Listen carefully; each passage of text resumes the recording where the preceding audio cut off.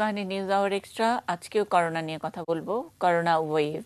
আপনারা অনেকেই কিছুটা আশ্বস্ত হয়ে আছেন।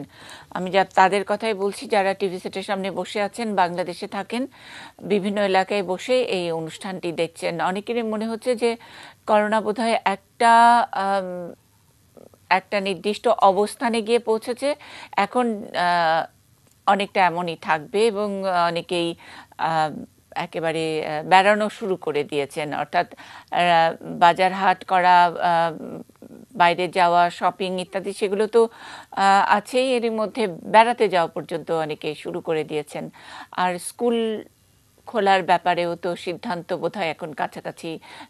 1 সেপ্টেম্বর থেকে অনেকেই চাইছেন যে, অনেক বাবা মাই চাইছেন যেন বাচ্চারা স্কুলে যায়। এরকম একটি অবস্থায় আমরা কথা বলবো সেকেন্ড ওয়েভ নিয়ে।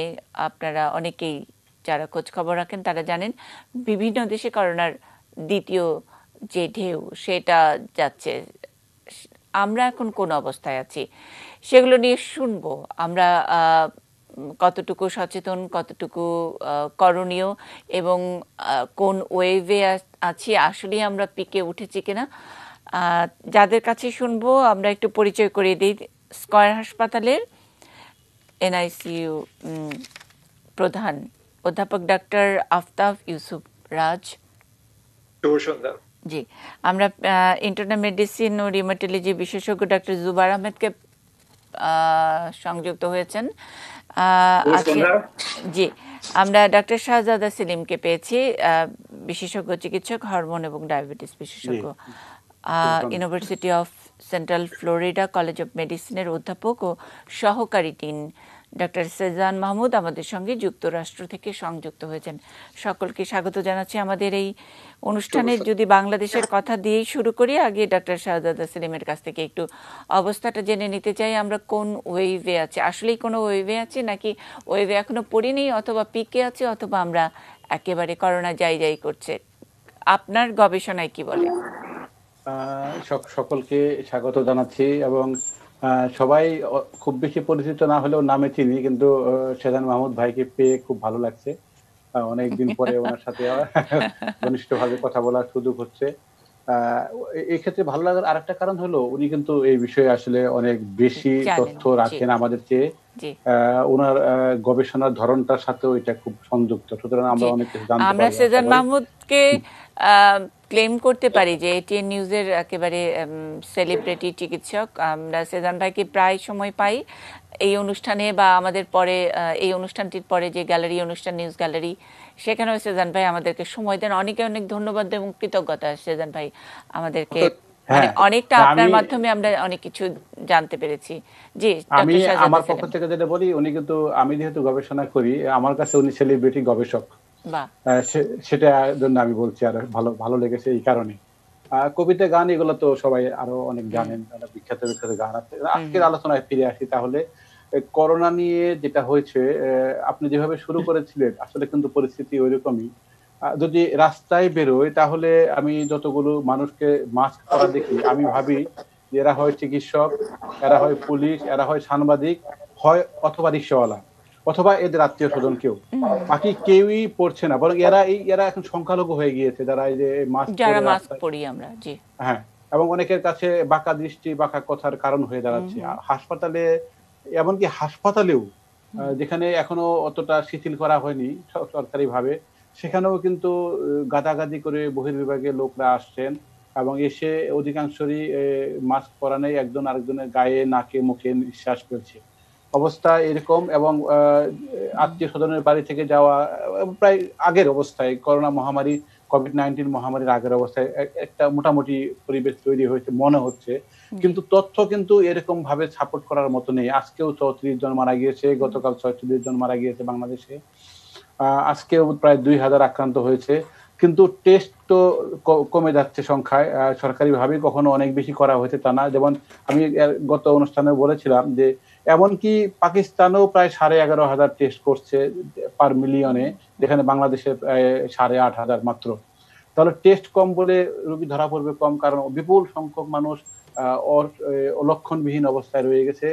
আর মৃত্যুর কথা যদি বলি, কতটা, যেহেতু মন্ত্রী মহোদয় বলে যাচ্ছেন যে আমরা কোভিড হাসপাতালগুলোকে নন কোভিড হাসপাতালে রূপান্তরিত কথা বলছি, সেখানে এই তথ্যগুলো যেখানে মৃত্যুর তথ্যগুলো আসছে সেগুলোতে কতটা গ্যাপ থেকে যাচ্ছে সেটা কিন্তু একটি ভাবনার বিষয়। আরেকটা হলো যে ওয়েবের কথা যেটা আসছে, এটা কিন্তু 1918 সনে যে স্প্যানিশ ফ্লু হয়েছিল, এবারটাও সার্স করোনা ভাইরাস দিয়েও কিন্তু একটা ফ্লু ভাইরাস দিয়ে ঘটনাটা ঘটেছে এবং তার সাথে অনেকটাই বিশেষজ্ঞরা মিল খুঁজে পান। সেখানে কিন্তু প্রথম ওয়েবের চেয়ে দ্বিতীয় ওয়েবের মৃত্যুর সংখ্যা বেশি ছিল, তারপরে তৃতীয় ওয়েব চলাফেরা করছে যে কাউকে বলা যাচ্ছে না যে ভাই তুমি ব্যক্তিগত সুরক্ষাটা মেনে চলো, বললেই সে বলছে যে আপনি বাড়াবাড়ি এরকম খারাপ কথা বলেছি, এরকম একটা পরিস্থিতি তৈরি হয়েছে। এখানে সামলাবো কিভাবে, এটা কিন্তু ভাবার আসলে বড় ধরনের একটা ভাবনা। শাহজাদ সেলিম, আপনার কথা থেকে অনেকগুলো ছোট ছোট পয়েন্ট যেগুলো আমাদের আসলে পরিষ্কার হওয়া দরকার। আপনি বলেছেন যে আমরা প্রথম ওয়েভটাই এত প্রলম্বিত করেছি, তার মানে কি প্রথম ওয়েভ চলে গেছে বা চলে যাচ্ছে এরকম একটা ব্যাপার? আর ওয়েভটা আমরা বুঝবো কিভাবে? আমি শুরুতেই আমার মানে সূচনা বক্তব্যে বলেছি যে আমরা কারো কাছ থেকে নিশ্চিত হতে পারছি না এখনো বাংলাদেশে যে আমরা কি পিকে আছি, অফ পিকে আছি, নাকি আমরা একটু নিচের দিকে নামছি, নাকি উপরের দিকে উঠছি, কোন অবস্থায় আছি, নাকি স্ট্যাটিক। যদি মৃত্যুর সংখ্যা আর আক্রান্তের সংখ্যা দেখি জুন থেকে তো আগস্ট পর্যন্ত কম বেশি একই, তাহলে আমরা কি একটা শেষে ওঠার সিঁড়িতে আছি কিনা সেগুলো একটু পরিষ্কার হওয়া দরকার। এটা একটু সমস্যা হচ্ছে এই কারণে, যদি আমরা ওভাবে বলি যে যে কোনো ভাবে যে কোনো মানুষকে যদি সন্দেহ করা হয় যে কোভিড-19 এর রোগী উনি, তাহলে তাকে টেস্টের আওতায় আনা হবে। যদি এইটা করতে পারি তাহলে ওইটা বলা সম্ভব।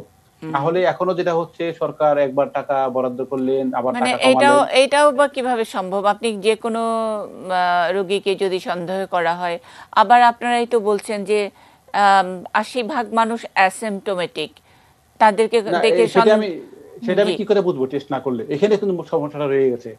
আমরা কিন্তু এখন পর্যন্ত যে টেস্টের প্রক্রিয়ায় রয়ে গেছি, একজন যে টেস্ট করতে আসবে তাকে যে প্রশ্নগুলো করা হয় উনি মোটামুটি হ্যারাসমেন্টের মতো মনে করেন যে এত কিছু যাচাই করে তারপরে টেস্টটা করা হচ্ছে, বরং উল্টাটা হওয়ার কথা ছিল। কোনো একটা এলাকায় যদি সন্দেহ হয় ওখানে গিয়ে স্যাম্পল নিয়ে আসতে হবে। যদি সেটা করতে পারতাম, প্রায় সব জায়গায় তাই কিন্তু আপনাদের থিওরি অনুযায়ী তো মানে সকলেই করোনা বহনকারী, সন্দেহ হওয়ার তো আলাদা করে সন্দেহ হওয়ার তো কিছু নাই।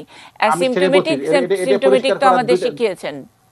দুইটা পদ্ধতি করা যেতে পারতো। একটা হলো যে যার ক্ষেত্রে এখন লক্ষণ নেই, ধরেন যে যেমন চিকিৎসকরা যারা ফ্রন্টলাইনে কাজ করছে, আপনারা করছেন, পুলিশরা করছেন, তাহলে তাদেরকে আমরা যদি অ্যান্টিবডি টেস্ট করেই অ্যান্টিবডি পজিটিভ মানে উনি আগে আক্রান্ত হয়েছিলেন, এটা একটা হিসাব কিন্তু দাঁড়াতে পারতো। সেটা একটা সহজ টেস্ট ছিল, কম খরচের টেস্ট ছিল। আরটিপিসিআর করা সবার পক্ষে কিন্তু বাংলাদেশে আসলে সম্ভব নয়। আমাদের সেই হেলথ ব্যাকবোনটা তৈরি হয় না, ইনফ্রাস্ট্রাকচার নেই। কিন্তু এটা নাই বলেই কিন্তু আমরা আসলে বলতে পারছি না যে পিকের কোন অবস্থানে আমরা রয়ে গেছি। সেটা একটা তো হিসাব দাঁড় করাতে হবে, কোনোভাবেই কিন্তু হিসাবটা দাঁড় করানো যাচ্ছে না। ওই যে তথ্যটা আসতেছে যে এখন তো সরকারি ভাবে বলাও হচ্ছে না, আমরা ওয়ার্ল্ডোমিটার থেকে যেটা পাচ্ছি, আজকে যেটা আমি একটু আগে বললাম 34 জন মারা গিয়েছে, 2000 একটু কম 1994 জন আক্রান্ত হয়েছেন, এটা কিন্তু ওখান থেকে এসেছে। ওখান থেকে ওরা যে তথ্যটা নিয়ে, সেটা যদিও স্বাস্থ্য অধিদপ্তরের তথ্যই, কিন্তু এটা কিন্তু নিশ্চিত যে অনেক মানুষ এর আওতার বাইরে রয়ে গেছে। তাহলে এই যারা আওতার বাইরে রয়ে গেল তাদেরকে নিয়ে আমি কিভাবে একটা প্রেডিকশন করতে পারি? এখন এই ফার্স্ট ওয়েভ সেকেন্ড ওয়েভ বলছি যে এটাকে আগের যে মহামারী স্প্যানিশ ফ্লুটাকে মনে রেখে করা হচ্ছে, এটা যে তাকেই ফলো করবে এটা কিন্তু সেটাই হতে হবে তা নয়। কিন্তু এটা কি এই সার্স করোনা ভাইরাস দিয়ে যে ঘটনাগুলো ঘটছে কোভিড-19 সহ, এটা কিন্তু অনেক নতুন আমাদের চোখ খুলে দিবে গবেষকদের, নীতি নির্ধারকদের।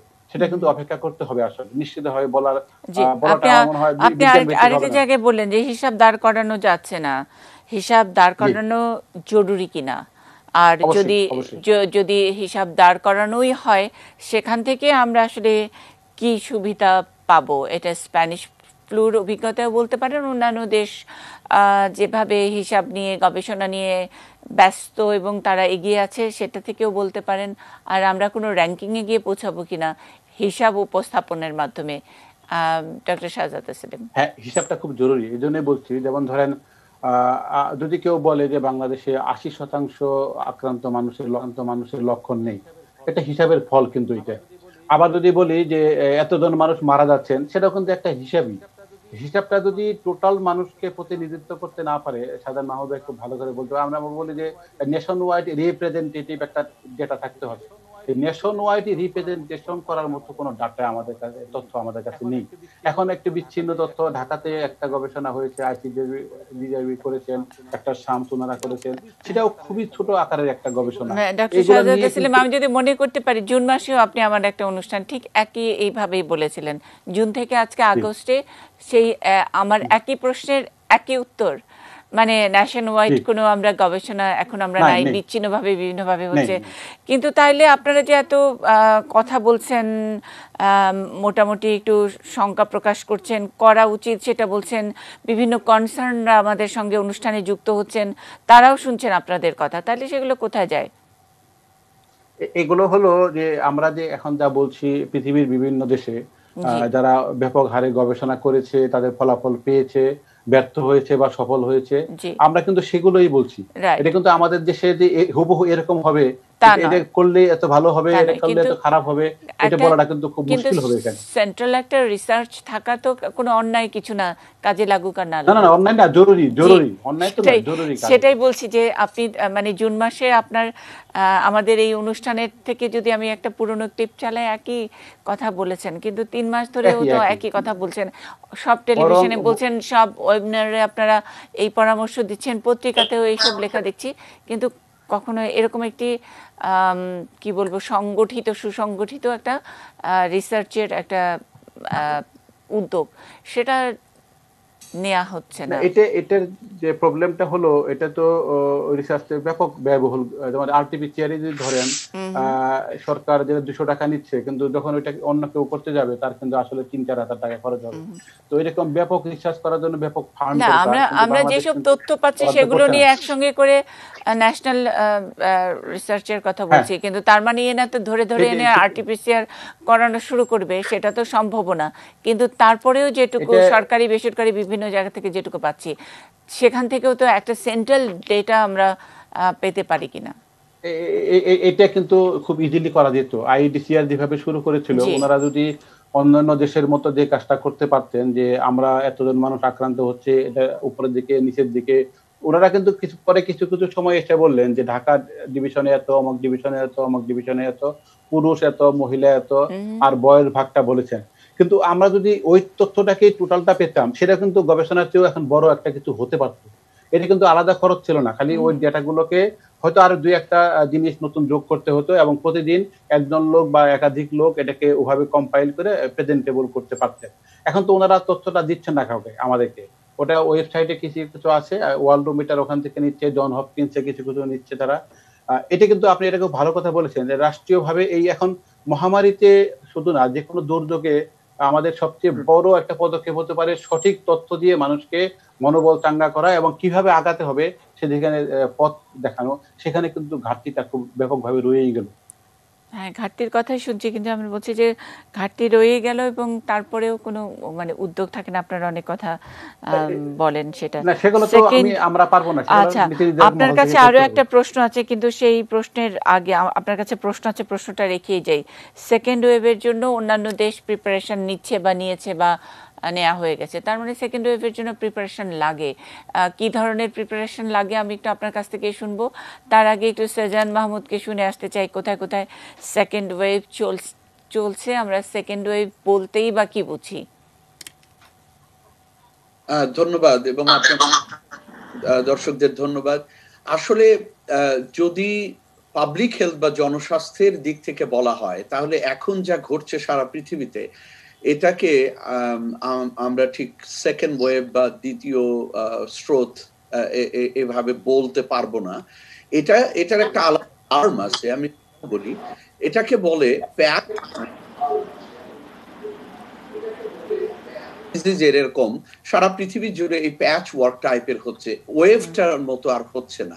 এবং সেটা কিন্তু কতগুলো বৈশিষ্ট্য দিয়ে আমরা ব্যাখ্যা করতে পারি। যেমন ধরুন যে আমেরিকার কথা ধরুন, আমেরিকা বলা যেতে পারে যে একটি সারা পৃথিবীর একটা স্যাম্পলের মতো হয়ে দাঁড়িয়েছে, কারণ এখানে প্রায় 50টা দেশের মতো 50টা স্টেট মানে 52টা স্টেট মানে 52টা দেশ, এরকম তাদের অবস্থা।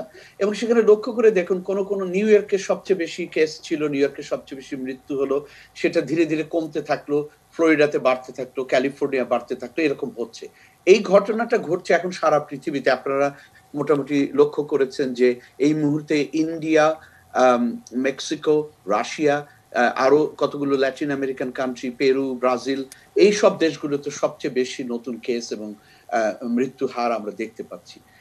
এই যে প্যাচের মতো করে হচ্ছে, এটাই কিন্তু কোনোভাবে আবার যদি প্রথম দিকে, যেমন ধরুন মার্চ এপ্রিলের দিকে বিশ্বময় যেভাবে ছড়িয়ে গেল, সারা পৃথিবীতে যেরকম ছড়িয়ে গেল, সেরকম আকারে আসে, তখন তাকে ওয়েভ হিসাবে আমরা বলতে পারবো।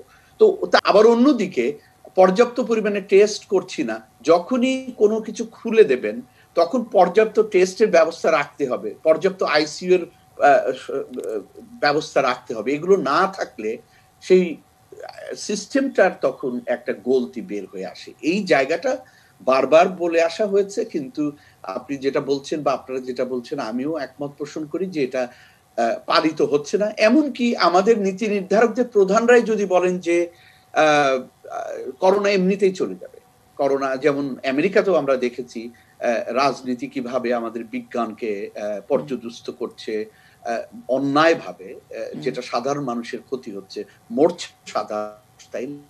তো সেই মেসেজটাও দিচ্ছে এমন ভাবে যেটা তো চলে যাবেই, সাধারণ মানুষ আর কতটা গুরুত্ব দেবে? সাধারণ মানুষ তো গুরুত্ব দেবে না। জি, তার মানে এটা কি মানে প্রভাব, মানে রাজনীতিতে করোনার প্রভাবটাই বোধহয় এরকম। রাজনীতিবিদরা বিজ্ঞানকে চ্যালেঞ্জ করবে এবং নানা রকমের উল্টাপাল্টা কথাবার্তা বলবে এবং সাধারণ মানুষের আস্থা আর থাকবে না, এবং যেটুকু মিনিমাম সচেতনতা থাকা দরকার সেটার প্রতিও অনীহা চলে আসবে। তার খেসারত বোধহয় দিতে হবে আমাদের আবার গুনে গুনে। একটা ছোট্ট বিরতির পরে ফিরছি, বিরতির পরে আবারও শুনবো।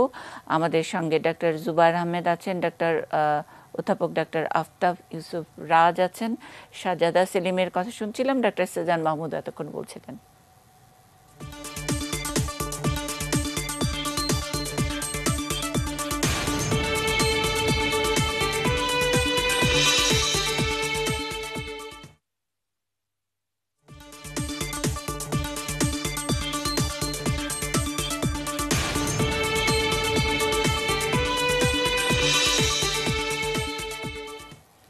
Ispahani news hour extra, corona wave, আমরা এই শিরোনামে কথা বলছি।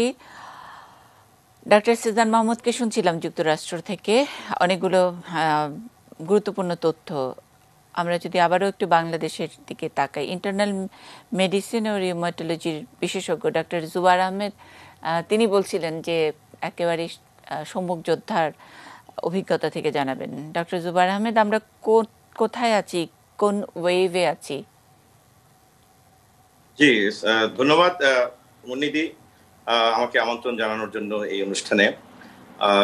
অলওয়েজ ভালো লাগে আপনাদের সাথে কথা বলতে, কারণ অ্যাকচুয়াল নিউজ ফ্রম দ্য ওয়ারফিল্ড জানাবার মতো সক্ষমতা আমরা অর্জন করেছি স্কয়ার হসপিটালে সেই ফেব্রুয়ারি মাস থেকে, যখন থেকে বাংলাদেশের এই প্যান্ডেমিকের সূচনা হলো। এবং যেহেতু প্রথম থেকে আমরা অর্গানাইজ ছিলাম, পুরো পিকচারটা আমাদের সামনে, বিগ পিকচার যেটাকে বলি আমরা, বিগ পিকচারটা আমাদের কাছে খুবই সুস্পষ্ট ছিল, এবং সেভাবেই আমরা কিন্তু সরকারের সাথে পার্টিসিপেট করে কিন্তু আমরা অর্গানাইজড উপায়ে করোনা এবং নন করোনা কেসগুলোকে ডিল করছি। যেটা একটু আগে আলাপ হচ্ছিল, জি, তো যেটা একটু আগে আলাপ হচ্ছিল যে ফেব্রুয়ারি, মার্চ এবং এপ্রিল মাসে আমরা আসলে মডারেট এবং সিভিয়ার কেসগুলোকে বেশি পেয়েছিলাম। মডারেটলি সিক এবং সিভিয়ারলি সিক পেশেন্ট ফেব্রুয়ারি, মার্চ, এপ্রিল এবং মে পর্যন্ত। এখন বর্তমানে আমরা পাচ্ছি either mild case or very severe case, mild case অথবা ভেরি সিভিয়ার কেস, যার ফলে দুই ধরনের তীব্রতা নিয়ে পেশেন্ট আমাদের কাছে আসছে। এবং আমি বলবো এখন সুপার পিক চলছে বা স্টেজ 4 যেটা কমিউনিটি ট্রান্সমিশন চলছে। এবং আমি এটা বলতে চাই আমার ব্যক্তিগত অভিজ্ঞতা থেকে, যে যেহেতু আমি আমার ব্যক্তিগত ডাটা হলো আমি কমপক্ষে 10 থেকে 12,000 করোনা রোগী ট্রিট করেছি গত 5 মাসে। তো আমার ধারণা হলো যে এটা এখন এমন পর্যায়ে গিয়েছে, টেস্টের প্রয়োজনীয়তা আমার কাছে এখন খুবই গৌণ।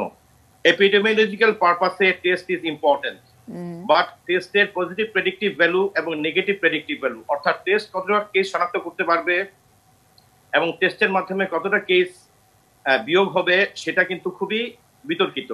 কারণ আমাদের কেসের যে কেসগুলো আমরা দেখছি হাসপাতালে, আউটডোরে, ফ্লু কর্নারে এবং ইনডোরে, আইসিইউতে, এইচডিইউতে, এদের মধ্যে আমাদের ডাটা হলো 2/3 case test positive, that is RTPCR positive, 1/3 case তারা নেগেটিভ, অলসো নেগেটিভ থাকছে তারা, বাট দে আর সাফারিং।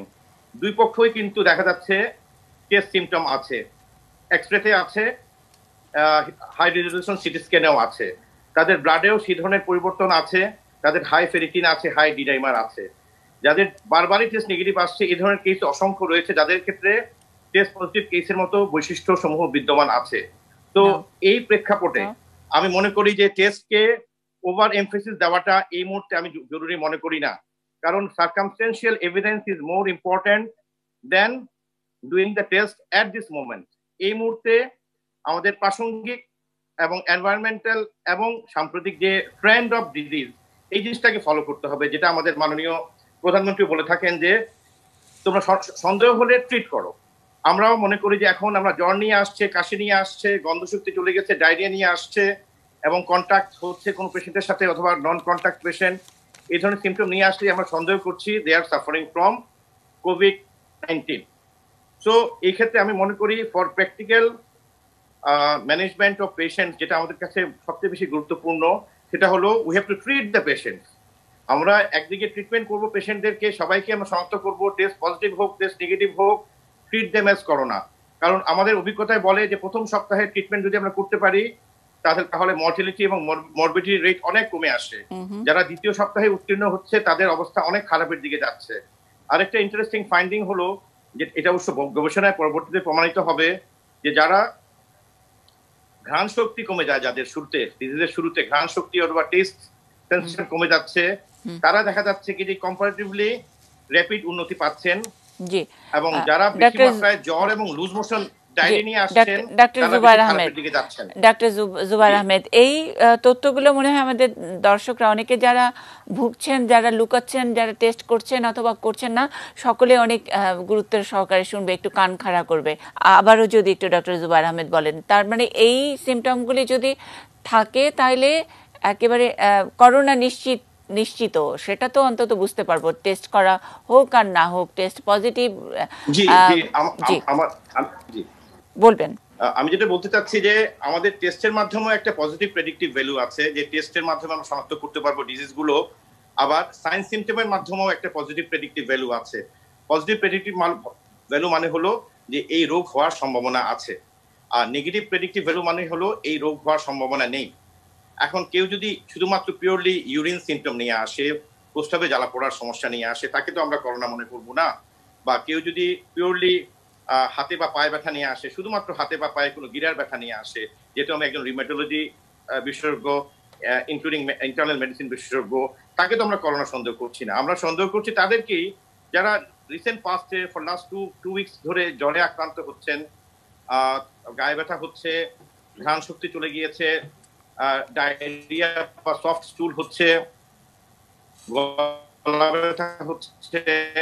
অথবা তাদের পরিবারের কোন সদস্যরা আক্রান্ত হয়েছেন, তাদের যত্ন নিতে গিয়ে তারা নিজেরাও অসুস্থ ফিল করছেন, তাদেরকে অবশ্যই আমরা কোভিড হিসাবেই সন্দেহ করে আমরা অবশ্যই উইল ট্রাই টু ট্রিট। আমাদের অনেক পেশেন্টরাই আছেন হয়তো আর্থিক কারণে অনেকগুলো টেস্ট করতে পারবেন না, কোভিড টেস্ট করতে পারবেন না, তাদেরকে আমি অন্তত বলি ব্যক্তিগতভাবে এবং আমার কলিগরাও এটা বলেন যে at least do a chest X-ray. কিন্তু আমার প্রশ্ন, আমরা সেকেন্ড করোনা ওয়েভের আমরা বলছি যে সেকেন্ড ওয়েভের জন্য প্রস্তুত হচ্ছে অথবা চলছে অথবা সামনে আসছে, প্রস্তুতির কথাটা একটা ইঙ্গিত দিয়েছেন। আমি প্রস্তুতির প্রশ্নটা করে রেখেছিলাম ডক্টর শাহজাদা সেলিমকে, তার কাছ থেকেই শুনবো। কিন্তু তার আগে একটু আপনি আরেকবার একটু ছোট্ট করে বলবেন যে দ্বিতীয় দফায় আক্রান্ত কারা হচ্ছে? প্রথম দফায় যারা কম ভোগেন তারা, নাকি হয়তো খুব বেশি ভুগেছেন, চলে গেছেন, আবারও তাদের দ্বিতীয়বার হচ্ছে? মানে সিমটমটা কি আসলে? আচ্ছা, তো এই রোগ বিষয়ে কিন্তু পৃথিবীর সব ডাক্তারদের মতো আমাদের অভিজ্ঞতা কিন্তু জাস্ট 5 to 6 মান্থস। আমরা কিন্তু একসাথে এই রোগটাকে আপনি একাই অনেক পেশেন্ট হ্যান্ডেল করেছেন সেই দাবি থেকে। জি, তো আমি একটা বলতে চাই যে সেরোলজিক্যাল টেস্ট বা অ্যান্টিবডি টাইটার খুবই অপ্রাসঙ্গিক এই কারণে যে আমি অসংখ্য কেস পেয়েছি যাদের টেস্ট পজিটিভ কিন্তু যথেষ্ট অ্যান্টিবডি শরীরে তৈরি হয়নি। যদিও আমরা অ্যান্টিবডি টেস্ট করেছিলাম এই রোগী আক্রান্ত হওয়ার প্রায় 12 থেকে 14 দিন পরে, আইজিজিও তৈরি হয়নি, আইজিএমও তৈরি হয়নি। আবার প্রচুর রোগী আমরা এরকম পেয়েছি যাদের টেস্ট নেগেটিভ কিন্তু antibody titre more than 60 or more than 80। So সরকার যেহেতু সিদ্ধান্ত নিয়েছে এই মুহূর্তে অ্যান্টিবডি টেস্ট হবে না, এটাকে আমি খুবই প্রাসঙ্গিক মনে করি। কারণ অ্যান্টিবডি টেস্ট কিন্তু অ্যান্টিজেন টেস্টের সাথে, দ্যাট ইজ আরটিপিসিআর এর সাথে কিন্তু মোটেও কোরিলেট করছে না। তো এই ধরনের আরটিপিসিআর একবার এই ধরনের বলে আমরা এপিডেমিওলজিক্যাল পারপাস সার্ভ করতে পারি ওসব টেস্টের মাধ্যমে, কিন্তু for practical management of patients health, আমাদের জনস্বার্থ এবং জনগণের স্বাস্থ্য নিশ্চিত করার স্বার্থে আমাদের উচিত হবে 3টে বিষয় খেয়াল রাখা। নাম্বার 1, অবশ্যই মাস্কের ব্যবহারটাকে অবশ্যই ম্যান্ডেটরি করতে হবে। অপ্রয়োজনীয় হিউম্যান মুভমেন্টটাকে রেস্ট্রিক্টেড করতে হবে, প্রোভাইডেড সবাই যাতে অর্থনৈতিক কর্মকাণ্ডে জড়িত থাকতে পারে। নাম্বার 2, সন্দেহ হওয়া মাত্রই at least meet your doctor for once. সন্দেহ হওয়া মাত্রই don't stay at home.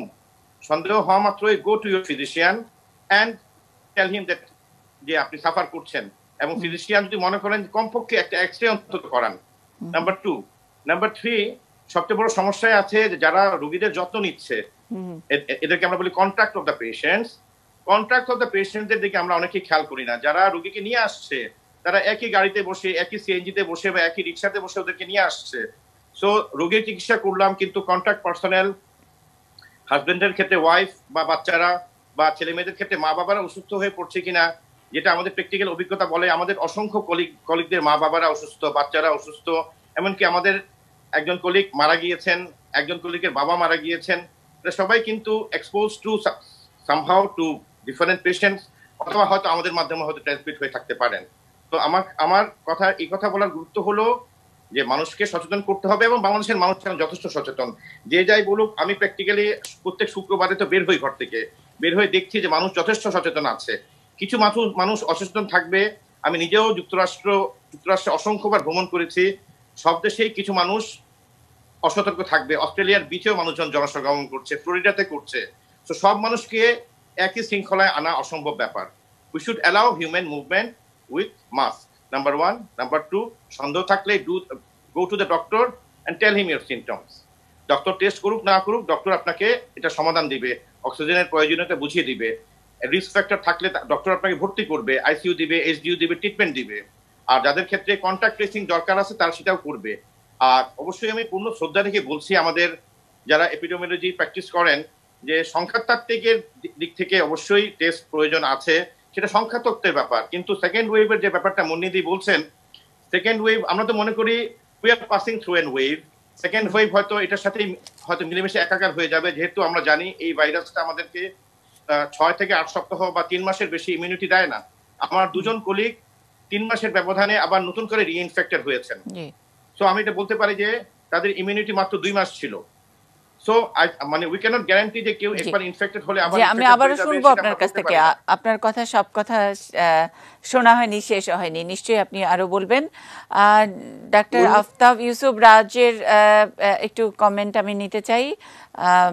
NICU প্রধান, স্কয়ার হাসপাতাল, আপনার অভিজ্ঞতা থেকে আপনি কি মনে করেন কিনা যে আমরা একটা ওয়েভের মধ্য দিয়ে যাচ্ছি, আর সেকেন্ড ওয়েভের আদৌ কোনো আলামত আপনি পাচ্ছেন কিনা, যেহেতু এনআইসিইউর প্রধান আপনি?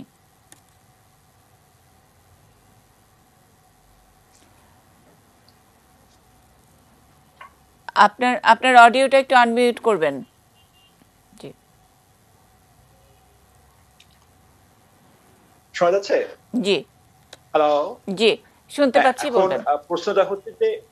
প্রশ্নটা হচ্ছে যে সেকেন্ড ওয়েভটা ইমিনেন্ট কিনা, সেকেন্ড ওয়েভটা আসন্ন কিনা।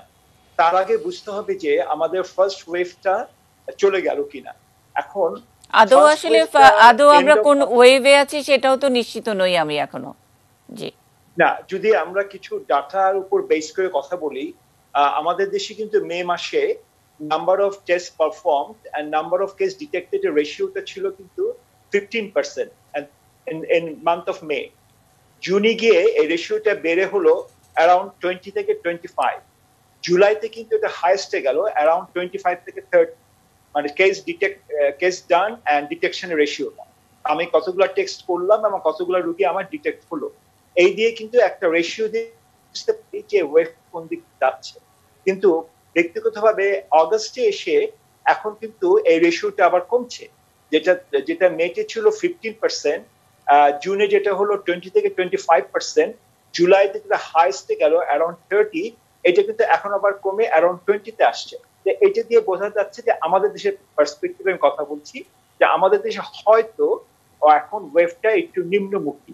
কিন্তু অনেকে এই কোশ্চেন করছেন যে সেকেন্ড ওয়েভটা কি আসলে সেকেন্ড ওয়েভ, না it is a continuation of the first wave with some ups and down, অথবা ডাজ ইট, যেটা সেজান ভাই বললেন, এটা কি প্যাচি কিছু cases, number of case increase করছে কিনা, যেটাকে বলা হয় স্পোরাডিক রাইজ অফ কেসেস।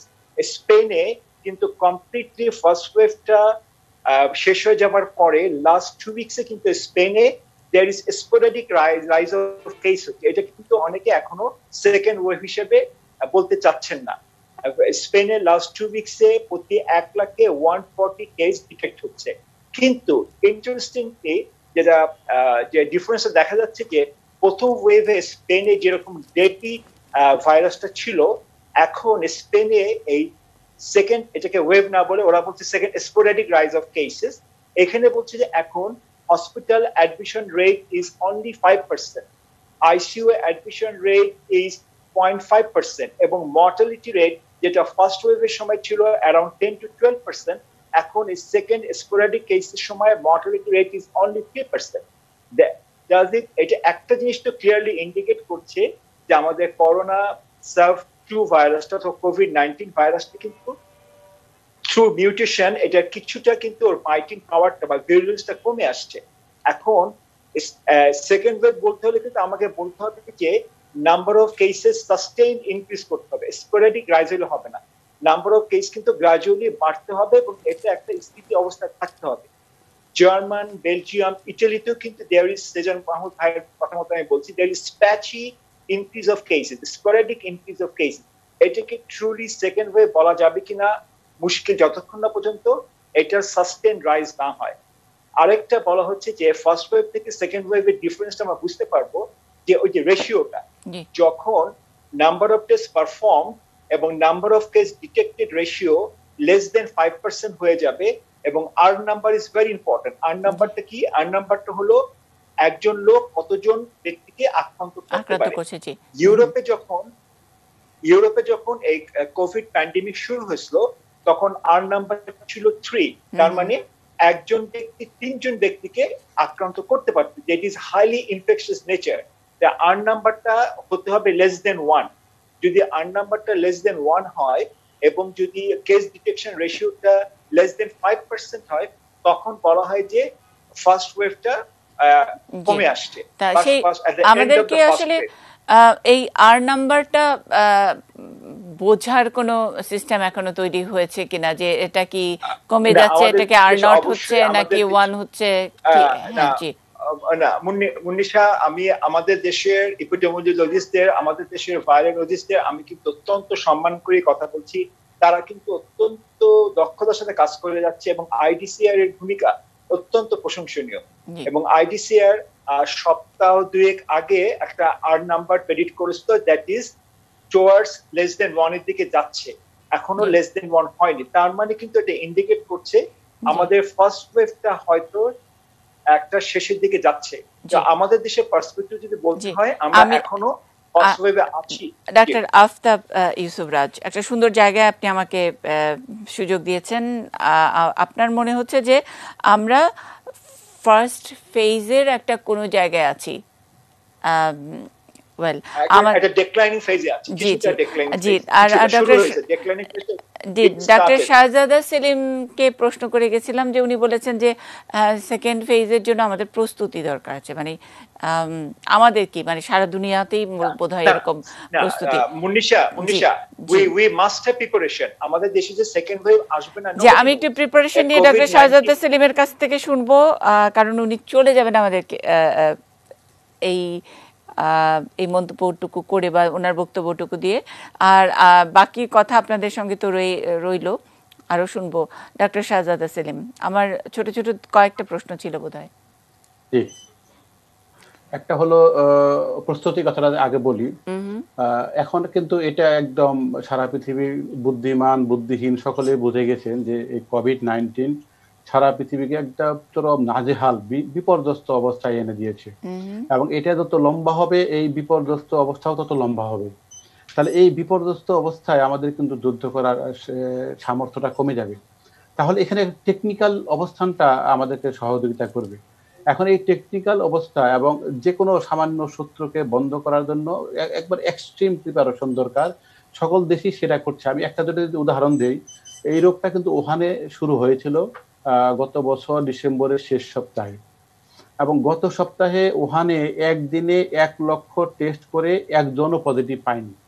এটা কিন্তু ওরা যেটা করেছে যে সেকেন্ড ওয়েভ শুরু হওয়ার আগেই ওরা ধরে ফেলতে পারছে। তাহলে এটাই কিন্তু সবচেয়ে বড় প্রস্তুতি। টেস্টের গুরুত্বটা কিন্তু এখানেই। এখন প্রবলেমটা হচ্ছে যে এই রোগটার সুনির্দিষ্ট কোনো চিকিৎসা নেই। আমাকে জনগণকে কেউ যেন আক্রান্ত না হন সেই পদ্ধতিগুলোই অবলম্বন করতে হবে। সেকেন্ড ওয়েভের প্রিপারেশনও কিন্তু এখান থেকেই হবে।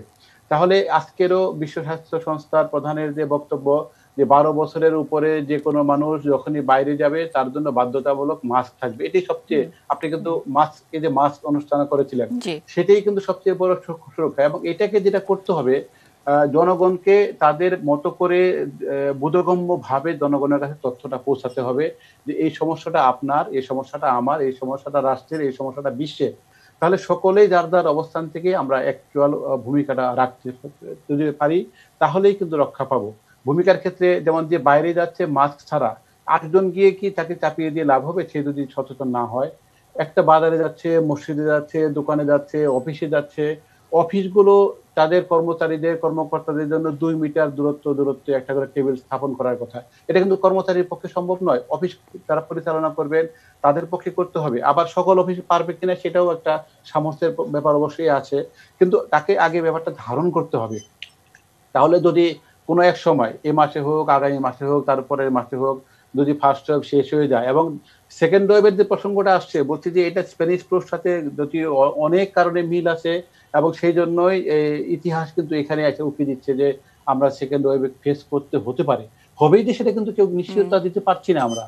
কারণ এখানে যে এটা হয়েছে, দেশ থেকে দেশে যখন করোনা ভাইরাস ভ্রমণ করছে তার স্ট্রেন চেঞ্জ হয়ে যাচ্ছে, তার আক্রমণাত্মক নেচারও চেঞ্জ হয়ে যাচ্ছে।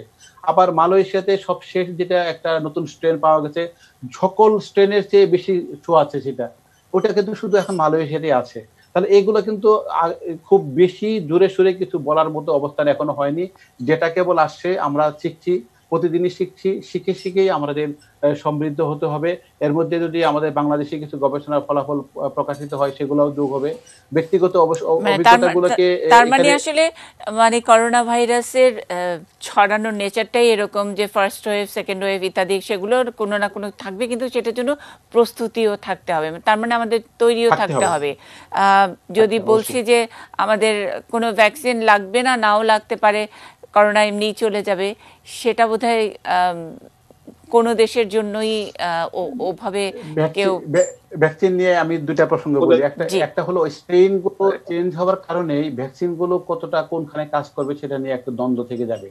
আর একটা কথা, আমরা যারা খুব বেশি আশাবাদী হতে চাই ভ্যাকসিন নিয়ে, তাদের জন্য সেজান মাহমুদ ভাই পরে আরো বিস্তারিত বলবেন, আমি মিস করবো সেটা হলো একটা ভ্যাকসিন যেখানে মানুষের রোগ প্রতিরোধ ক্ষমতার জন্য দেওয়া হবে, সেই ভ্যাকসিন গুলো খুব দ্রুততম সময় হলেও 8-9 বছর লাগবে।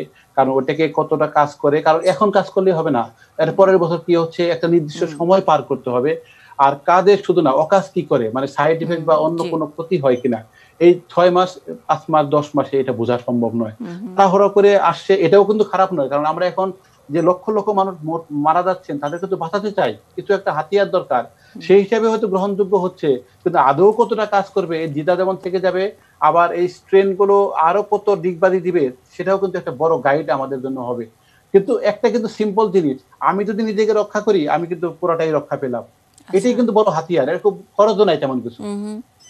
তার মানে আসলে ভ্যাকসিন চলে যাওয়া না যাওয়া ওই এত কিছু হিসাব না করে যদি নিজেই শক্ত থাকি এবং ভাইরাসটা ঢুকতে না দিই, কিন্তু ওই আমাদের মুশকিলটা ওই রকম যে সামান্য হাত ধোয়া শেখানোর জন্য ইউনিসেফের বাংলাদেশে আসলে অনেক বছর কাজ করতে হয়েছে। স্থানীয় সরকার মন্ত্রণালয় মানে ধুকে ধুকে মরেছে যে আমাদের স্বাস্থ্যসম্মত পায়খানা ব্যবহার করার যে এই হ্যাবিটটা তৈরি করার জন্য, মানে সেটা হতে আমাদের অনেক বছর লেগেছে, এখনো সেটা অভ্যাসে পরিণত হয়নি। আর তারপরে শুধু একটা মাস্ক পরা শুধুমাত্র নিজের জন্য, দেশের জন্য, পরিবারের জন্য, প্রিয়জনের জন্য, সেটার জন্য বোধহয় অনেক কাঠখড় পোড়াতে হবে। যাই হোক, সময় হয়তো বেশি লাগবে অথবা কম। আমরা একটা ছোট্ট সময়ের জন্য বিরতিতে যাব।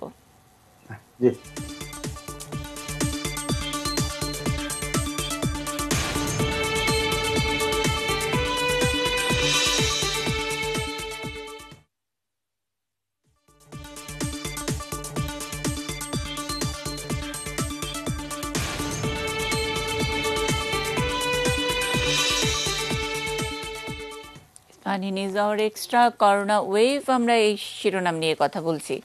ডক্টর শাহজাদা সেলিমের কথা শুনতে শুনতে যে ছোট ছোট কিউ পেয়েছি আমরা, যে ভ্যাকসিনের বিস্তারিতটা ডক্টর শেহজাদ মাহমুদ বলবেন, আরও অন্যান্য বিষয় নিয়ে তিনি হয়তো মন্তব্য করবেন। আমি আপাতত একটু ভ্যাকসিন নিয়ে কি জানতে পারি, নাকি অন্যান্য বক্তারাও অনেক কিছু বলেছেন। আমরা ডক্টর জুবায়ের আহমেদের কথা শুনলাম, উনি বলেছেন মাইল্ড অ্যান্ড সিভিয়ার ইত্যাদি, আর একটা বিগ পিকচারের কথা বলেছেন। ডক্টর শেহজাদ মাহমুদ কোথা থেকে শুরু করবেন? আচ্ছা, আমি ভ্যাকসিনের প্রসঙ্গে যাওয়ার আগে যে বিষয়গুলো নিয়ে আলোচনা হচ্ছিল, ডক্টর রাজ বললেন, ডক্টর জুবায়ের বললেন এবং ডক্টর সেলিম বললেন, তার মধ্যে থেকে গুরুত্বপূর্ণ বিষয়কে একটু সামনে আনতে চাই, যেটা আমার মনে হয় সায়েন্সের দিক থেকে বা বিজ্ঞানের দিক থেকে এটার খুব অতি গুরুত্ব দেয়া যেতে পারে। সেটা হলো যে একটা সোসাইটিতে বা একটা সমাজ ব্যবস্থা বা একটা রাষ্ট্রে যখন জনগণের মধ্যে এটা ছড়িয়ে যায় একটা ডিজিজ, এখানে টেস্টিং এর ব্যাপারটা কতটা গুরুত্ব পেতে পারে বা না পেতে পারে, যেটা ডক্টর জুবায়ের বলছিলেন। তিনি যেহেতু হসপিটালে কাজ করেন এবং পেশেন্ট গুলো নিয়ে ডিল করেন, লক্ষ্য করে দেখেন সেটা ম্যাক্সিমাম কত 20% মানুষ হয়তো হসপিটালে যাচ্ছে, আরো কম আসলে হসপিটালে হতে হয়তো 5 থেকে 15% আমরা এভাবে বলতে পারি শতকরা যাচ্ছে, কিন্তু বাকিটাই কিন্তু জনগণের মধ্যে থেকে যাচ্ছে। তো এখানে সায়েন্সের একটা ব্যাপার আমি রেসপেক্টফুলি ডিসএগ্রি করি। টেস্টিং এর গুরুত্বটা কোথায়? সেটা হলো যে আজকে ধরুন টেস্ট করছেন, কোন পেশেন্টের হয়তো সাইন সিমটম নেই, কোন পেশেন্টের সাইন সিমটম আছে কিন্তু টেস্ট নেগেটিভ আসছে, অ্যান্টিবডি তৈরি হচ্ছে না, এরকম নানান রকমের সিনারিও পাওয়া যায়। এই যে অ্যান্টিবডি টেস্ট গুলো করা হয়, তারপরে সাইন সিমটম দেখায়, এগুলো দিয়ে কেসগুলোকে ডিটেক্ট করা হয়, কেসকে নির্ধারণ করা হয়, তারপরে একটা বিষয় ক্যালকুলেট করা হয় যেটাকে বলে প্রেভেলেন্স। একটা জনগোষ্ঠীতে সেই প্রেভেলেন্সটা জানা অতি জরুরি। তার কারণ হলো প্রেভেলেন্স না জানা পর্যন্ত কোনো টেস্টেরই আমরা positive predictive value, negative predictive value বলতে পারবো না। যেটা ডক্টর জুবায়ের বলছিলেন যে আপনি যদি একটা হাসপাতালে রোগীকে যে কোনো টেস্টই করুন না কেন, টেস্টটা হওয়ার পরে পজিটিভ পেলো, আপনি কতটা নিশ্চিত যে তার ডিজিজটা আছে, এইটা বলতে পারাটা হলো পজিটিভ প্রেডিক্টিভ ভ্যালু। এটা প্রেভেলেন্স না জেনে কোনোদিন বলা যায় না, এটা একেবারে পিওর সায়েন্স।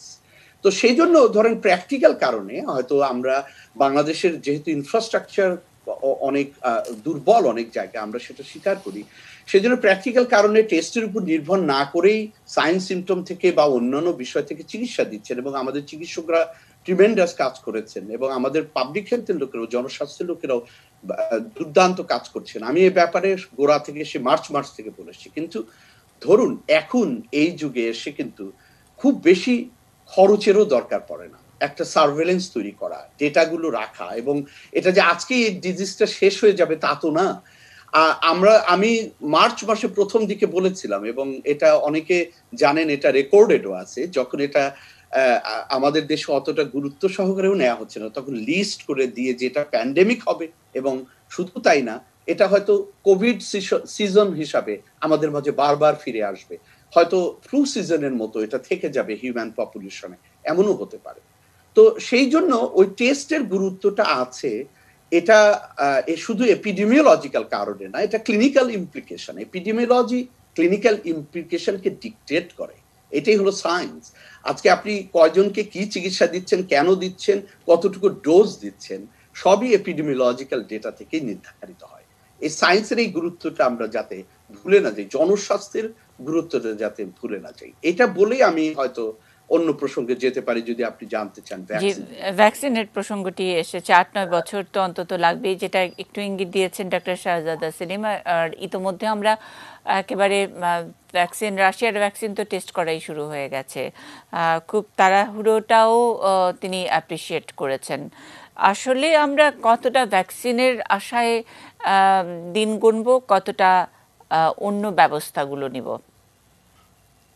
না, ধরুন ভ্যাকসিন তো আসতেই হবে। তার বড় কারণ হলো যে এটা যদি ফ্লু সিজনের মতো হয়, তখন সামনে আমাদের কতগুলো গুরুত্বপূর্ণ জিনিসের প্রস্তুতি নেওয়া দরকার, সারা পৃথিবী জুড়েই এটা। সেটা হলো যে আমেরিকাতে যেমন ফ্লু সিজন চলে আসছে, তো ফ্লু সিজনের সাথে যদি এটা সুপার ইম্পোজড ইনফেকশন বলা যায়, দুটো ইনফেকশন তো একসাথেও হতে পারে, তাহলে সেটা আমেরিকা যেমন প্রস্তুতি নিচ্ছে, বাংলাদেশে সেরকম ধরুন ডেঙ্গু সিজন আসবে, ফ্লু সিজনও আসবে, এটাও কি হতে পারে কিনা, মানে বিজ্ঞান কি বলে যে দুটো যদি একসাথে সুপার ইম্পোজড হয়, একটা ফ্লুর সঙ্গে আবার করোনাও তো ফ্লু হিসেবেই তো ধরছেন এক রকমের। হ্যাঁ, দুটো একসঙ্গে হতে পারে, দুটো দু রকমের ভাইরাস দিয়ে হচ্ছে, তাদের বৈশিষ্ট্য আলাদা। তো ধরুন যেটা সবচেয়ে গুরুত্বপূর্ণ যে প্রস্তুতিগুলো কেন নিতে হয়, সেটা হলো যে অনেকে বলছেন, আমাকে প্রায় এই প্রশ্নটার সম্মুখীন হতে হয়, যে যেমন ওয়েদার পরিবর্তন হচ্ছে, গরমকাল আসছে, শীতের সময় এটা বেড়ে গিয়ে গরমকাল কোনো প্রভাব রাখবে কিনা। আমি সেই প্রথম দিকেই কিন্তু বলেছিলাম যে গবেষণায় দেখা গেছে যে গরমকালে দুটো জিনিস হয়। এই গরমে কোভিড বা করোনা যে ভাইরাসটি এটা করছে সেটা মারা যাবে তা কিন্তু না, কিন্তু গরমের কারণে যে পরিবর্তন হয়, যেমন ধরুন হিউমিডিটিটা বেড়ে যায়। হিউমিডিটিটা বাড়লে কি হচ্ছে, যে একজন মানুষ হাসি বা কাশি দিচ্ছে, তাতে যে ড্রপলেট গুলো তৈরি হলো, আরো হিউমিডিটি এসে ওটাকে ভারী করে দেয়, দ্রুত সেটা মাটিতে পড়ে যাচ্ছে।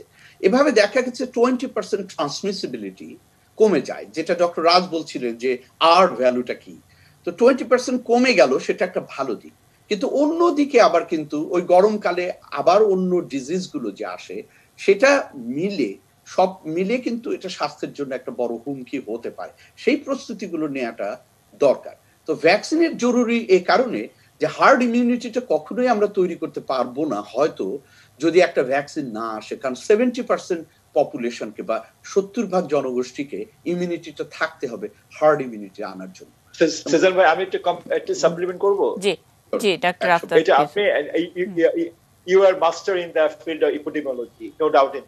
আচ্ছা, হার্ড ইমিউনিটি আপনি যেটা বলছেন ঠিকই আছে, ডেফিনিশন অনুযায়ী 70% অফ দ্য পপুলেশনের মধ্যে ওই ডিজিজটা মানে ইনফেক্টেড হতে হবে। কিন্তু আরেকটা কথা কেউ কেউ বলছে যে আমাদের এই সাবকন্টিনেন্টে that we have the high prevalence of cross immunity. এই ধরেন এই দিস ইয়ারে we have কোভিড ইনফেকশন, কিন্তু লাস্ট ইয়ারে কিন্তু আমাদের ইনফ্লুয়েঞ্জা হয়েছিল কোভিড এর অন্য স্ট্রেন দিয়ে। যখন কোভিড এর অন্য স্ট্রেন দিয়ে আমাদের ইনফেকশন হলো, we have অ্যান্টিবডি, এবং ওই অ্যান্টিবডিটা আমাদের দেশে এখানে মর্টালিটি রেটটা কেন কম এই সাবকন্টিনেন্টে, বিকজ ওই যে গত বছর বা আগের বছরে আমাদের তো প্রতি বছর ইনফ্লুয়েঞ্জা হয়, তো একটা ইয়ারের একটা নির্দিষ্ট সময় ইনফ্লুয়েঞ্জা ভাইরাস গুলো কিন্তু করোনা ভাইরাসের একটা ফ্যামিলির আলার স্ট্রেন। ইনফ্লুয়েঞ্জা হলো আমরা ওই ইনফ্লুয়েঞ্জা এগেইনস্ট আমরা অ্যান্টিবডি ডেভেলপ করলাম। ওই অ্যান্টিবডিটাই এখন যে যারা আবার এখন কোভিড হচ্ছে, ওই পার্শিয়াল একটা প্রোটেকশন দিচ্ছে। এটাকে বলা হয় আপনার ক্রস ইমিউনিটি। এখন যদি কোনো পপুলেশনে যদি ক্রস ইমিউনিটি থাকে, সেই ক্ষেত্রে নাকি হার্ড ইমিউনিটি অ্যাচিভ করতে আপনার 70% পপুলেশনের দরকার হয় না, 40% পপুলেশন ইনফেক্টেড হলেই ওই হার্ড ইমিউনিটি চলে আসে। এটা একটা সুন্দর পয়েন্ট বলছেন, সেটা ক্রস ইমিউনিটি খুব গুরুত্বপূর্ণ একটা বিষয়, এবং সে কারণেই আমি আগে একটি অনুষ্ঠানে খুব জোর দিয়ে এই মাস্ক ব্যবহারের কথা বলেছিলাম, যে কনসেপ্টটা কিন্তু নরমালি আমরা এপিডেমিওলজিতে বলি না, সেটা হলো সোশ্যাল ইমিউনিটি। আপনি এটা নাম দিতে পারেন। কিরকম আমি বলি, যে ধরুন আমার যদি কোভিড পজিটিভ থাকে, আমি মাস্ক ব্যবহার করছি না, আপনিও মাস্ক ব্যবহার করছেন না, আমি কথা বলছি, তাহলে এই ট্রান্সমিসিবিলিটি মোটামুটি 100% বুঝতেই পারছেন, রাইট? 100 ভাগের মতো এটা ঘটতে পারে। কিন্তু যদি আপনি মাস্ক ব্যবহার করেন, কিন্তু ধরুন আমি মাস্ক ব্যবহার করলাম না, অথচ আমার অসুখটি আছে, এটা ঠিক তারপরও 75% হয়ে যায়। কিন্তু ধরুন আমি মাস্ক ব্যবহার করলাম, আমার ডিজিজটা আছে, আপনি সেটা ব্যবহার করেননি, তখন এটা কমে 15 ভাগ হয়ে যায়।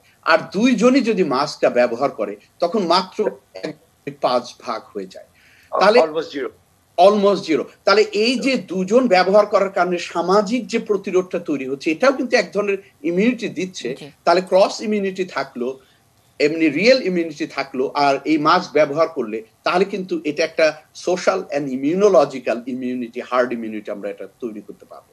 তার মানে আসলে একটা মাস্ক অনেকখানি মানে এই সমস্যা, জটিল সমস্যা বলছি, এই সমস্যাটা আমরা আয়ত্তে আনতে পারছি না, কিন্তু সামনে একটা মাস্কের মাধ্যমেই তো আমরা এই সমস্যাটার অনেকখানি সমাধান করতে পারি, যতটুকু আপনাদের কথা বুঝলাম। খুব সত্যি কথা। আমি একটু বলতে পারি মনিদি অ্যাবাউট দ্য ক্রস ইমিউনিটি। আমি আফতাব ইউসুফ রাজ স্যারের সাথে আমি 100% একমত যে হয়তো কিছু অংশে আমাদেরকে ক্রস ইমিউনিটি দিচ্ছে বর্তমানের ইনফেকশন, কারণ গত বছর এই সময় ডেঙ্গু পিক সিজন ছিল, এবং এর আগের বছর ডেঙ্গু এবং চিকুনগুনিয়া দুটোই পিক সিজন ছিল 2017-18 সালে। তো এই বছর কিন্তু আমরা ডেঙ্গু রোগীর সংখ্যা অনেকাংশে কমে গেছে। আমাদের কিছু রোগীরা রয়েছেন একই সাথে কোভিড এবং ডেঙ্গুতে আক্রান্ত, একই সাথে কোভিড এবং টাইফয়েডে আক্রান্ত, একই সাথে কোভিড এবং অন্যান্য ভাইরাস কর্তৃক আক্রান্ত, যেমন অ্যাডেনোভাইরাস বা রাইনোভাইরাস বা আরএসবি ভাইরাস দ্বারা আক্রান্ত, মানে কো ইনফেকশন হচ্ছে, যেটা আমাদের টেস্টে বের হয়ে আসছে। তো ব্যাপার হলো যে কো ইনফেকশন হলে অবশ্যই ক্রস ইমিউনিটি ডেভেলপ করা উচিত। কিন্তু একটা কথা আমি আসলে মানে একটু এই বিষয়ে একটু স্কেপটিক বা সন্দেহ পোষণ করি, সেটা হলো যে আমরা কতটুকু অ্যাচিভ করতে পারবো ইমিউনিটি, যেটা রাজ স্যার যেটা বললেন যে 40% ইনফেক্টেড হয়ে গেলে, এটা আমারও বিশ্বাস যে বাংলাদেশের অন্তত 4 থেকে 5 কোটি মানুষ যদি হালকা, মাঝারি বা তীব্রভাবে ইনফেক্টেড হয়ে যায় দুর্ভাগ্যবশত বা বাস্তবতার কারণে, তাহলে হয়তো আমাদের এই রোগের অ্যাকচুয়াল মর্টালিটি এবং মরবিলিটি হয়তো কমে আসা উচিত। এটা অবশ্য এপিডেমিওলজিস্টরা ভালো বলতে পারেন, এবং সেটার জন্য আলটিমেটলি টেস্টের গুরুত্ব আসবে। জি জুবাইর, তুমি তো অ্যাডাল্ট ফিজিশিয়ান, আমি অ্যাজ এ চাইল্ড স্পেশালিস্ট, আমরা কিন্তু বাচ্চারা যারা কোভিড ইনফেকশন হয়ে আসছে, যে সমস্ত বাচ্চারা আমরা পাচ্ছি কোভিড ইনফেক্টেড, মানে অ্যামেজিংলি তাদের মধ্যে কিন্তু সাইন সিমটম খুবই কম, অথবা এট অল কোনো সিমটমই নেই। একটা ফ্যামিলিতে বাবা মা আসছে, বাবা মা কোভিড পজিটিভ, বাচ্চাও পজিটিভ, বাবা মার হাই ফিভার, বাবা মার গলা ব্যথা, কিছুটা শ্বাসকষ্ট আসছে, বাবা মার যে কোনো একজন হসপিটালে অ্যাডমিট হয়েছে, বাচ্চা কোভিড পজিটিভ, কিন্তু বাচ্চার মধ্যে কোনো সাইন সিমটম নাই। That child is playing, taking food, very active. এটা কিন্তু একটা ব্লেসিং, এবং বলা হয় যে বাচ্চাদের মধ্যে যে এই সিমটমটা কম, এটা একটা সায়েন্টিফিক ব্যাখ্যা আছে। এবং তুমি জুবাইর, তুমি জানো বোধহয় যে কোভিড-19 ভাইরাসটা কিন্তু ACE টাইপ 2 রিসেপ্টর দিয়ে অ্যাটাচ হয়ে আমাদের শরীরের সেলের মধ্যে এন্টার করে। বাচ্চাদের মানে আলহামদুলিল্লাহ, বাই গ্রেস অফ গড, এই টাইপ 2 ACE ইনহিবিটরটা তাদের রেসপিরেটরি পাথওয়েতে number of that receptor is very less, এবং তার জন্য বাচ্চারা যদি অনেক ভাইরাসে এক্সপোজড হয়, তাদের শরীরে যদি ভাইরাসটা প্রবেশ করে, যেহেতু রিসেপ্টর নাম্বার অফ রিসেপ্টর তাদের কম, সেই জন্য ভাইরাসটা কিন্তু রিসেপ্টরের সাথে অ্যাটাচ হতে পারছে না, এবং সেলের ভিতরেও এন্ট্রি নিতে পারছে না, ঢুকতে পারছে না, যার ফলে বাচ্চারা এক্সপোজড হলেও তাদের মধ্যে সাইন সিমটমটা ওরকম ভাবে। জি ডক্টর আফতাব ইউসুফ রাজ, আমরা একটুখানি মানে বাচ্চাদের অভিজ্ঞতা তো একজন স্পেশালিস্ট হিসেবে আপনি জানালেন, আমরা একটু জেনে নিতে চাই যে যেসব দেশে এখন এই দ্বিতীয় ওয়েভ করোনার, সেখানকার সাধারণ মানুষ মানে কিভাবে তারা এই যে প্রস্তুতির কথা এতক্ষণ ধরে বলছিলেন ডক্টর শাহজাদা সেলিম, কেমন প্রস্তুতি ছিল। আমাদের সঙ্গে সাংবাদিক খালিদ মহিউদ্দিন যুক্ত হয়েছেন জার্মানি থেকে। সেকেন্ড ওয়েভ নিয়ে আমরা একটা আর্টিকেল পড়ছিলাম যে জার্মানিতেও সেকেন্ড ওয়েভ এবং সেকেন্ড ওয়েভ নিয়ে একটু ভীতিকর অবস্থা, প্রিপারেশনও শব্দটি আমি দেখেছি। খালিদ মহিউদ্দিন আমাদেরকে একটু বলবেন যে সেকেন্ড ওয়েভের জন্য কি প্রিপারেশন ছিল একেবারে সাধারণ মানুষের জন্য?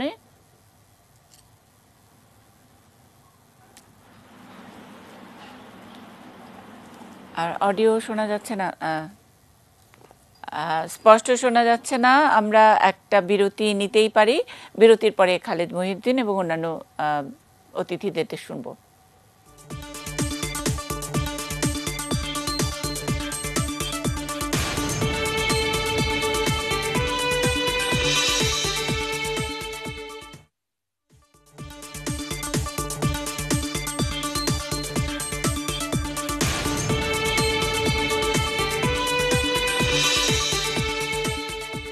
ইস্পাহানি নিউজ আওয়ার এক্সট্রায় করোনা ওয়েভ নিয়ে কথা বলছি। খালিদ মহিউদ্দিন আমাদের সঙ্গে যুক্ত হয়েছেন জার্মানি থেকে, সাংবাদিক খালিদ মহিউদ্দিন।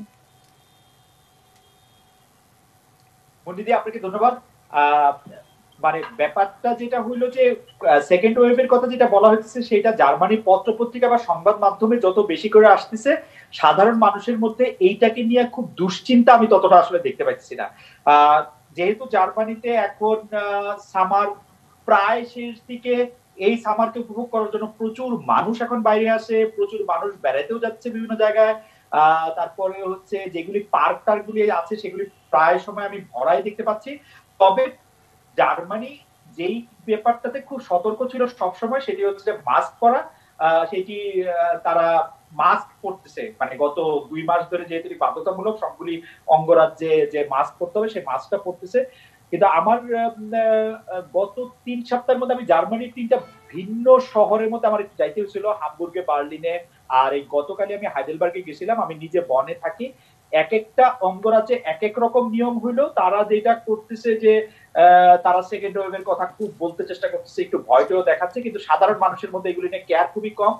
বিয়ারের পাবগুলি এখনো আবার নতুন করে খুব ভালো মতোই ভরে উঠছে, রেস্টুরেন্ট গুলিতে প্রচুর লোক যেতেছে, যেখানে নদী সেইখানে মানুষজন আমি প্রচুর দেখতে পাচ্ছি। আর যদি আমি বলি সতর্কতার ব্যাপারটা, যারা প্রশাসন আছে তাদেরই বেশি মাথা ঘামাইতে হচ্ছে। মানে অ্যাঙ্গেলা মেরকেল এরা মিনিস্টার প্রেসিডেন্ট বলে, মানে অঙ্গরাজ্যের যারা প্রধান নির্বাহী তাদের সাথে তিনি বারবার মিটিং করতেছেন, তাদেরকে বারবার বলতেছেন যে মানে এই সংখ্যাটা যাতে নিয়ন্ত্রণের বাইরে চলে না যায় সেই ব্যাপারে আসলে সতর্ক থাকা। জার্মানির এয়ারপোর্ট গুলিতে আপনাকে এখন যদি আপনি জার্মানি আসেন আপনাকে বাধ্যতামূলক করোনা টেস্টের মধ্যে যেতে হবে, এইটুকুই আসলে সতর্কতা যদি আপনি বলেন। আচ্ছা, আমরা বলছিলাম যে সেকেন্ড ওয়েভের কথা, এবং এগুলো কি সবই মিডিয়ার সৃষ্টি, জার্মানির মিডিয়ার সৃষ্টি, যে ফার্স্ট ওয়েভ চলে গেছে এখন আর একটু ভয় দেখাতে হবে, সুতরাং একটা মিডিয়ার ভয়। না, মিডিয়ার সৃষ্টি না দিদি, আমি যেটি বলতে চাইছি যে মিডিয়াতে এটা যত গুরুত্ব পাচ্ছে তত গুরুত্ব সাধারণ মানুষ আর এটাকে পাইতেছে না। দ্বিতীয় কথা হচ্ছে করোনা ভাইরাস যে সেই অর্থে ফ্যাটাল কোনো ডিজিজ না, সেইটার ব্যাপারেও জার্মানরা মোটামুটি ভাবে, আমি যাদের সাথে কথা বলি তারা আসলে একমত হয়েছে যে হ্যাঁ কিছু কিছু লোকের জন্য বা কিছু কিছু ক্রনিক ডিজিজ যাদের আছে তাদের জন্য করোনা ভাইরাস হয়তো খুব ফ্যাটাল, কিন্তু বাকি সবার জন্য একটি সর্দি কাশি জ্বরের মতোই একটি রোগ, যেই রোগটি খুব উচ্চ মাত্রায় সংক্রামক বলে আপনাকে অন্য মানুষ থেকে আসলে সাবধানে থাকতে হবে, বা অন্যের ভালোর কথা চিন্তা করে আপনি যাতে সাবধানে থাকবেন। আচ্ছা, মোটামুটি জি খালিদ মহিউদ্দিন, জার্মানিতে আসলে স্ট্যাটাসটা পেয়েছে জ্বর সর্দি কাশির মতো, এটা দিয়ে অতটা ভয় দেখানো যাবে না, কিন্তু তারপরেও একটি শিক্ষণীয় বিষয় যে সকলেই